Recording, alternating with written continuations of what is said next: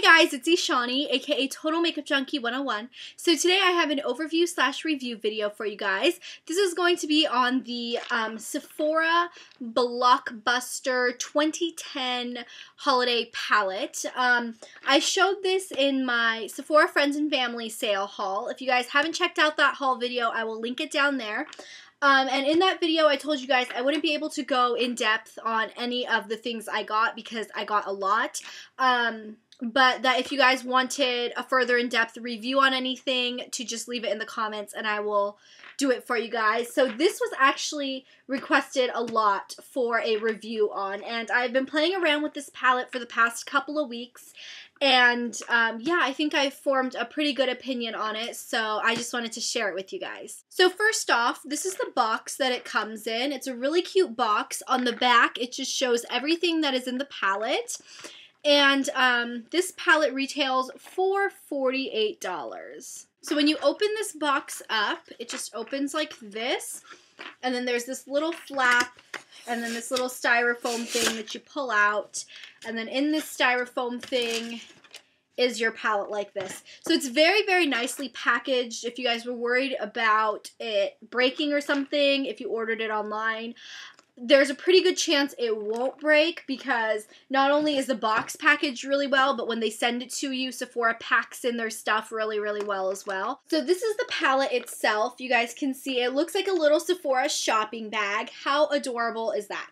So it has a little Sephora symbol, says Sephora. It's got the traditional Sephora striping along the side. Then when you open it, it just pops open like this. This right here is magnetic, so there's no snap closure or anything, but it is a nice, decently strong magnet. Then when you open it up, the first thing you see are the eyeshadows. Now in total, you are getting 98 different colors of eyeshadows. You are getting 49 on this side and 49 on this side. Now this side primarily consists of your warmer colors, your neutral colors, your browns, your burgundies, those sorts of colors on this side. And then on this side, you are getting more cooler colors, more rainbow colors. I guess you're getting your blues, your greens, your purples, your pinks, those kinds of colors over here. Now within these 98 eyeshadows, you are getting a variety of textures. They're not all matte, they're not all frosty, they're not all shimmery, they're not all glittery. You're getting a good range of everything. I would say that you're getting about half and half satin and shimmer. You're not getting a lot that are completely matte. Most of them are satiny. So yeah, you're getting a really good mix of satins and shimmers. You're getting a couple that have some glitter in it. Like this one down here has some glitter. This one here has some glitter. This one here has some glitter. So like a couple of them do have glitter, but for the most part, you're getting shimmery and satin. So here are just a couple of the colors that I just randomly decided to swatch. There are no really particular colors, but these two here are matte. This one is like glittery and this one is really frosty. I do have to say that the matte shadows are very nice and smooth overall. Now, I haven't actually tried every single one of the 98 colors, so I couldn't say, you know, for every color. But overall, the matte shades are really nice. They're very pigmented and they're fairly smooth. They can come off a little bit chalky, but for the most part, they're really nice. Now, the glittery shadows are also very pigmented, but these don't have quite as nice of a texture. They tend to be really crumply and they tend to like go everywhere when you stick your brush in them. But they can be worked with. With the glittery shades, you will get fallout, but once again, you can work with it. It's not, you know, impossible to use. And then this is just an example of a frosty shade. The frosty shades are fairly pigmented, and they're a little bit smoother than like the glittery-ish shades. But yeah, honestly, my favorite finish in this palette are the mattes and satins. I think the mattes and satins are very good in this palette. And the shimmery ones are nice as well, but my favorites are probably the mattes and satins. So overall, I would give the 98 eyeshadows, I would probably give them a 3.5 stars out of 5. They're not amazing. They're not like the best quality eyeshadows that you can get, but they are still fairly good for the price you're paying, and you're getting a really good range of shades. So I do really like these. So here's the next little layer that you're getting. You can see you are getting some lip products. Now in total, you are getting 70 different shades of lipstick or lip gloss, however you want to look at these. Now in all honesty, I don't know whether you guys can see, but I really haven't used these a whole lot. In my opinion, I don't like lip products that are in palettes because, first of all, I like to carry my lip products with me if I'm going out to touch up and stuff, and this, you're not going to want to throw this whole palette in your purse just to use one of these lip colors. So they're not really convenient at all, so I just tend not to reach for these. You can see I did sort of dent a couple of them in here, and that's because when I was trying to slide this drawer out, I accidentally dented the lip colors. But honestly, I haven't really used these. I couldn't honestly tell you whether they're any good.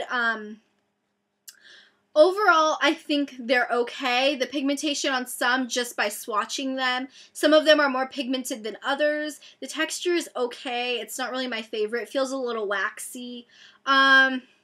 Yeah, if you were to buy this palette, I wouldn't really rely on these as your lip colors. It's nice that they included them, but I honestly don't use them. So here are just a couple of the swatches of the various lip colors you get. This one on my pointer finger was supposed to be a really, really bright fire engine red, and it came out clear, like completely clear. You can't see anything. In fact, you can see the eyeshadow swatch that I did underneath that. This one here is sort of like a hot pink. It comes out pretty much clear as well. This one is like a super, super deep burgundy red, and it came out like a sheer red. And then this is the darkest color in the entire palette. It's like a very, very, very dark plummy purple, and it came out looking like a hot pink. So, I mean, obviously the pigmentation on these is severely lacking. So overall, I would give the lip products 1.5 stars, maybe 2 stars out of 5. They're not really good. They're not very pigmented. I just don't like the convenience of them. Honestly, the lip products are not why I would recommend getting the palette. Then when you pull it out further, you get one last layer here. So on this side, I'll start with this layer here. You are getting some gel or cream eyeliners. You're getting a couple of lip pencils, a couple of eye pencils, and a mascara. So let me go through these. So here's the little baby bottle of mascara that you're getting. It's really cute. The brush just looks like a standard everyday mascara wand. The mascara is in the shade Black. It's not really that exciting. It really reminds me of Maybelline Great Lash Mascara. It's usable. It's not great. It's not bad. It's just okay. Then you get 3 really, really mini eyeliners in this palette. You are getting one liner that is a black. It doesn't actually have a name. I don't think any of these liners have names on them, but this one is just a black. This one here is just a brown, and this one here is like a purpley violet blue color. And here are swatches of those 3. The top one is the black one, the second one is the brown one, and the last one is the purple one. Now these eyeliners, they're not really that soft. They are sort of like the harder liners. I wouldn't recommend using these on the waterline because they're not that soft. They're not going to transfer onto the waterline very well. They'll probably irritate your eyes. If you wanted to use these, I would say use them on the top lash line or as an eyeshadow base, which is probably what I would use it for. The black is not very pigmented. It's sort of like a brownish black. The brown is really nice. That's probably my favorite out of the 3. The purple is also really not that pigmented. But yeah, the brown one is a fairly good eyeliner. I think as an eyeshadow base, it'd work really well. Then you are getting 2 lip pencils in this kit. The lip pencils are the same size as the eyeliners. This is the first lip pencil you're getting. It's like a really, really, really light nude color. And then this is the other one. This is like a darker sort of burgundy red shade. And here are those two swatched. The nude one is right here. You can barely see it on the camera. And then, of course, this is the red one. Now, the lip pencils are not too bad. They're definitely much better than the eyeliners. I think that the consistency of the two is very similar. But for a lip liner, it doesn't need to be quite as soft or as smooth as an eyeliner needs to be. So I think the consistency of all 5 of these pencils are very, very similar. But you know, the lip pencils are obviously colors you use more on your lips, and the eye pencils are colors you use more on your eyes. But I don't think that there's a consistency difference between the 5. Now I'm going to review these gel liners that come down here, those 6 little gel liners at the bottom. Now, in all honesty, these gel liners are fairly good. They're not the best. They don't set the best, but they are very, very pigmented. And here are swatches of 4 of them. So this is like a purpley one, this is the brown one, this is the black one, and this is like a turquoisey blue shade. The black and the brown are very soft, very pigmented. This is literally just like one swirl in the thing. I didn't have to build it up. I didn't have to rub on the product at all to get this swatch. It literally just like melts on your fingers with the heat. So yeah, these are fairly good. They don't set the best. Like when they set, I mean, I don't know, they still kind of rub around a little bit, but the pigmentation on them is very, very good. I would probably give them like a 3.5 stars out of 5. Okay, now on this other side here, what you are getting is this. Now I'm going to cover up the mirror so I don't blind you. But basically you're getting a bunch of little applicators and mini brushes. And then you are getting 3 blushes in here. As for applicators, you are getting 3 sponge tips. You're getting this double-ended sponge tip. And then you're getting this one that has a sponge tip on one side. And then like a slightly angled brush on the other side. Then you're getting this brush, which I would assume is like a lip brush you can use with like the lip colors. And then this is, I don't even know, I would assume a blush brush, but it's cut at an awkward angle. It's super small, not soft at all. Don't recommend using this brush at all. Get your own blush brush. Don't even try to use this for blush. Now here are the 3 cheek products swatched. Now all 3 of these I would consider blushes. None of them are so bronzy that I would use as a bronzer. They are all shimmery. I don't know if you guys can see. Now this one here is sort of a bronzy brown color. That's the closest one you could use as a bronzer, but it's too shimmery and it's too orange toned to use as a bronzer. This is the middle one. This is like the hot pinky fuchsia color.